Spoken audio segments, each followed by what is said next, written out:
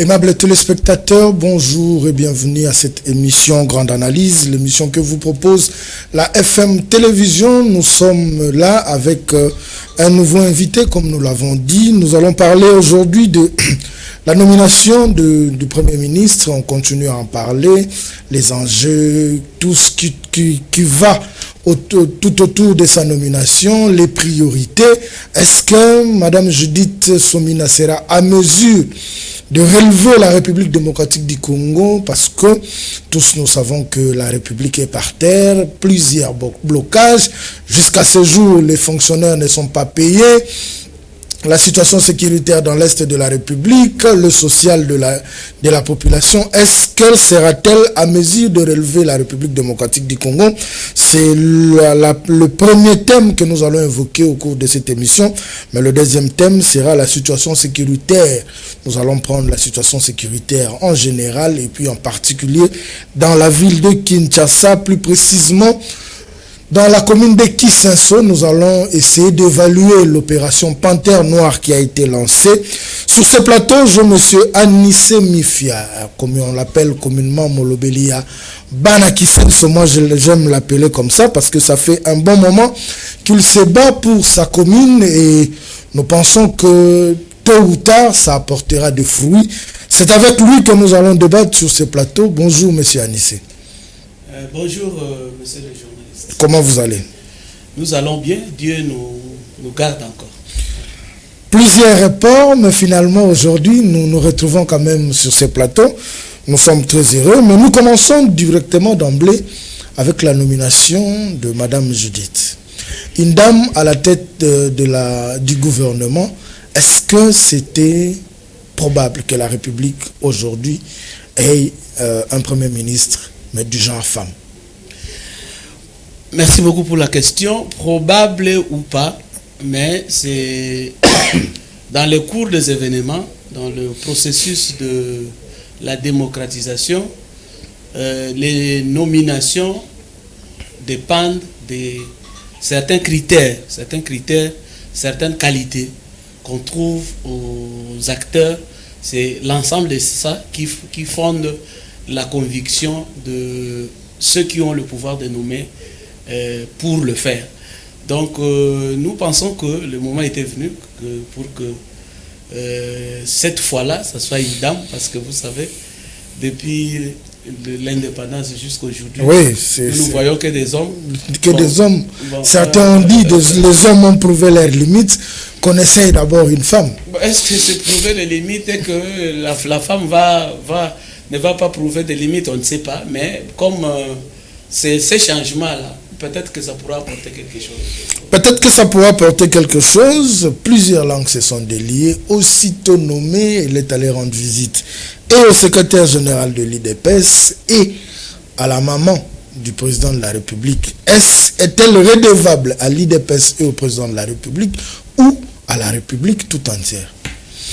Il faut dire qu'à un certain niveau, quand on arrive à un niveau comme celui-là, il y a certaines choses, certains actes qu'on devait poser, mais bien les poser, pour éviter des interprétations, pour éviter des suspicions, pour éviter des analyses qui vont dans tous les sens. Dans tous les sens, oui. Oui.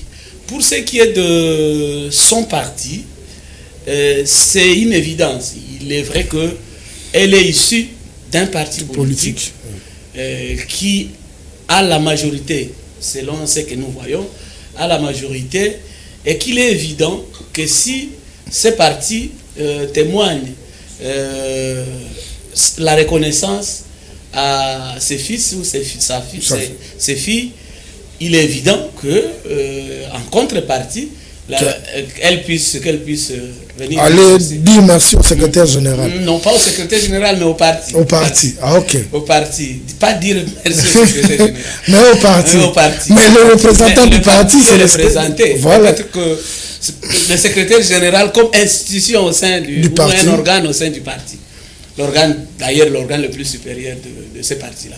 Mais peut-être que c'est la dimension aller visiter la maman qui est un peu incompréhensible. Un peu incompréhensible dans la mesure où on ne doit pas confondre l'appartenance familiale d'une personne aux fonctions officielles. Celle de la République. De la République, qu'une personne est censée assumer tout ça. Donc pour nous, ces faits-là pouvaient se faire de manière camouflée ou de manière à ce qu'on puisse pas, que ça soit pas officiel comme ça. Mais quand c'est officiel comme ça, ça s'apparente à quelque chose de... On est allé remercier quelqu'un qui doit avoir joué un rôle pour que nous puissions arriver là où nous sommes. Alors là, ça dérange un peu parce que la République, la maman, quand vous regardez les institutions du pays, on ne voit nulle part que la maman a un rôle à jouer. Donc, cette manière de faire les choses, c'est inhabituel en fait. C'est inhabituel et que ça frustre un peu le moral des autres. Voilà. Elle entre dans sa fonction, dans sa prise de fonction. C'est vrai qu'il n'y a pas encore eu remise et reprise, mais elle prend un poste au moment où la République a plusieurs turbulences. La situation sécuritaire à l'Est, dans l'Est de la République, le social des Congolais. Aujourd'hui, quand il pleut, les inondations dans la ville de Kinshasa, l'eau, l'électricité, nous avons tous vu des vidéos devenues virales sur la toile, disant que Régis de Mikolo, Aropia Binoma, était pour Maï et Kotinandjili. Tout ça, s'il faudra axer le début de son mandat ou de son challenge par des priorités, par où devrait-elle commencer? Il est difficile, elle a vraiment des difficultés, je ne sais pas comment elle va relever les défis, parce que les défis sont énormes, vous venez de citer quelques-uns, parmi tant d'autres. Parmi tant d'autres, les fonctionnaires ne sont pas payés jusqu'à aujourd'hui. Oui, et le gouvernement demande d'attendre jusqu'au 15. Le gouvernement n'est pas mis en place, c'est quand est-ce que ça sera mis en place, je ne sais pas. Même l'Assemblée nationale n'a pas encore un bureau définitif. Or, c'est l'Assemblée qui doit... Vous comprenez tout. L'ensemble de tout ça, ce sont des défis. Qu'elle est censée relever. Mais elle a des moyens pour relever ces défis, nous ne savons pas. Parce qu'en fait, les moyens vont dépendre du système, du programme que le gouvernement mettra en place et de la volonté politique et du chef de l'État qui lui donne la possibilité de bien travailler, de bien agir pour qu'elle soit à mesure de faire quelque chose. Parce qu'en fait, n'oubliez pas qu'elle n'est pas la seule institution qui est censé prendre une décision quelque part. Donc, il y a d'autres décisions qui seront prises peut-être à son insu ou à un niveau donné qu'elle ne saura peut-être pas maîtriser. C'est pourquoi nous avons pensé que la volonté politique du chef de l'État, surtout cet élément-là, parce que nous avons vu avec Sam Lukonde, les choses ne marchaient pas parce qu'il était presque inexistant. Les gens ont dit qu'il était trop bureau que... Oui, mais trop bureau devant lui, quel était le niveau de ses responsabilités? Il faut voir. Il était censé faire quoi? Vous comprenez? Est-ce qu'il avait la possibilité de prendre des initiatives et qu'il n'a pas pris? Ça, ce sont des questions qu'on doit poser. C'est pourquoi j'ai insisté sur la volonté politique du chef de l'État, de faire en sorte que, vous avez vu avec Matata Ponyo, le premier ministre comme Matata Ponyo, il avait la possibilité de s'exprimer. C'est pourquoi vous avez vu, même son ministre des Finances, ce n'était qu'un ministre délégué et qui répondait devant le premier ministre. Mais l'actuel ministre, vous avez vu, monsieur, il s'appelle quoi? Kazadi. Nicolas Kazadi. Kazadi, il est tout puissant parce qu'il n'obéit qu'au chef de l'État. Il n'obéit qu'au chef de l'État et le Premier ministre n'a pas d'injonction à faire sur. Alors que le Premier ministre, c'est lui qui exécute tout le programme du gouvernement. Quelqu'un comme ça qui n'a pas d'injonction à donner à un ministre des Finances de surcroît, qui est le ministre le plus important du gouvernement. Et comment il va exécuter son programme. Donc, cette expérience-là, nous craignons que ça puisse se répercuter avec Madame Judith, et que si ça se répercute avec Sama, c'est un homme, il a peut-être supporté, mais je ne sais pas.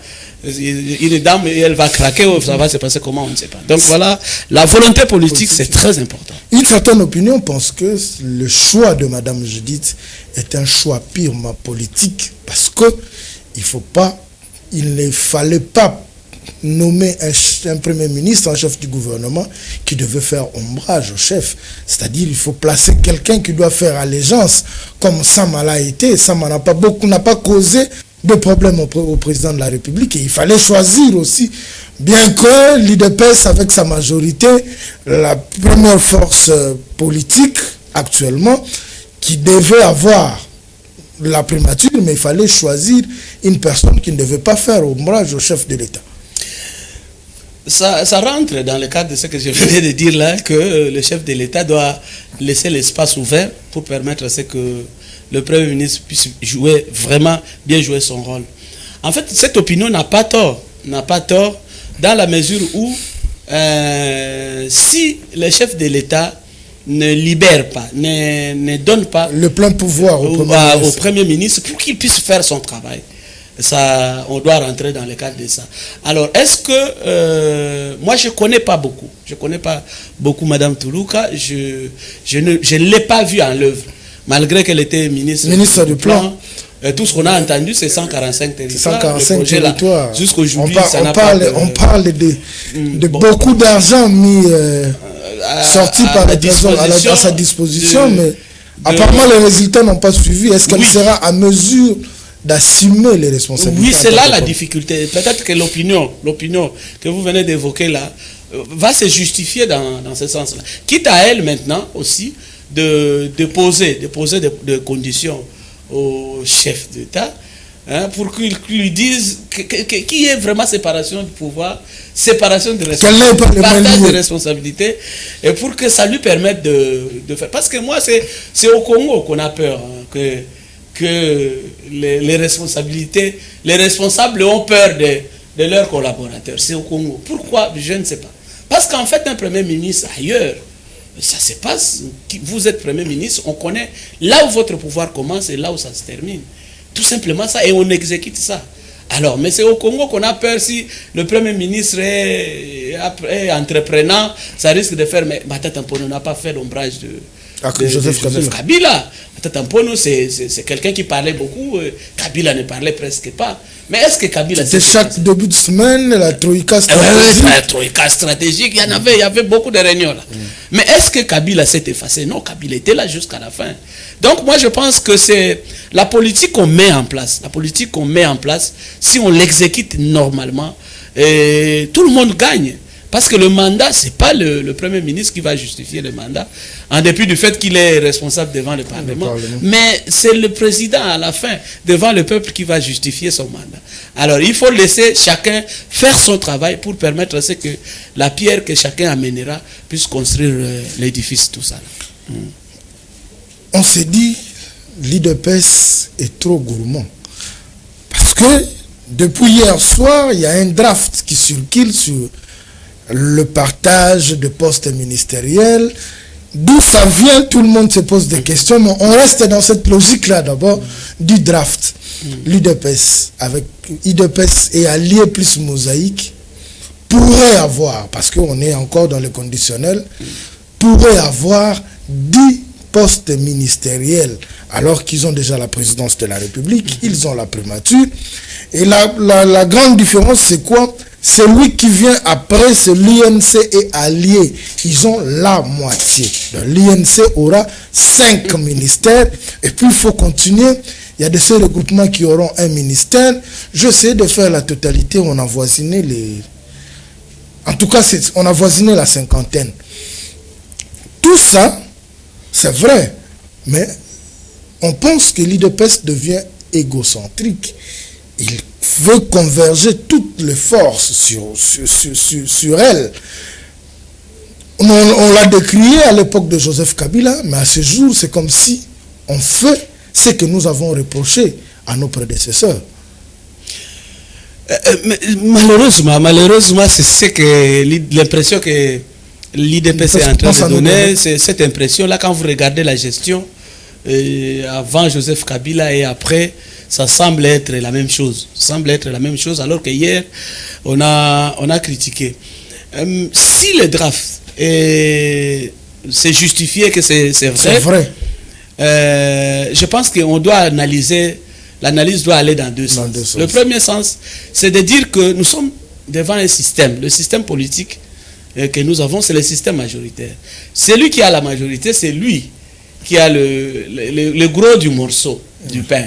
En fait, ce système-là, c'est le système que nous tous avons adopté, et en dépit du fait que ça donne l'impression qu'on privilégie un camp en défaveur des autres camps. Mais c'est un système que nous tous, nous avons accepté. Alors, si à leur niveau, ils ont fait ça, ils ont fait conformément à ce système-là. Donc, d'un côté, on ne peut pas les condamner. Mais de l'autre, parce que nous sommes dans une situation très difficile avec la guerre à l'Est, avec la situation sociale très compliquée. Aujourd'hui, les enfants ne vont pas à l'école, presque ne vont pas à l'école, parce que les parents ne sont pas en mesure de le prendre en charge. Tout est vraiment rouge. Tout est rouge. Alors, amener encore un système comme celui-là, l'appliquer à la lettre, je pense que c'est provoquer encore, inciter encore les gens à une sorte de frustration. Ça va pas arranger les choses. Mais à qui ça profite? Est-ce aux politiques ou à la population? Non, ça doit profiter aux politiques parce que la population gagne quoi dedans. Aujourd'hui, l'IDPS peut tout prendre, mais aussi longtemps que les enfants ne vont pas à l'école, ne doivent pas aller à l'école, ça va profiter à la population à quel niveau? Aussi longtemps que Kinshasa est trop sale, plus que sale même. Ça va profiter à qui? Ça profite aux politiques parce que vous allez apprendre que 13 millions ont été détournés, 1 milliard pour faire le projet du 145 territoires. Ne se voit pas le projet lui-même, on ne le voit même pas. Est-ce qu'il s'est arrêté ou il continue? On ne sait pas, il doit continuer ou on ne sait pas. Il avait commencé où? Naturellement, on ne sait pas. Et c'est à quel niveau, on ne sait pas. Mais l'argent était sorti. L'argent était sorti.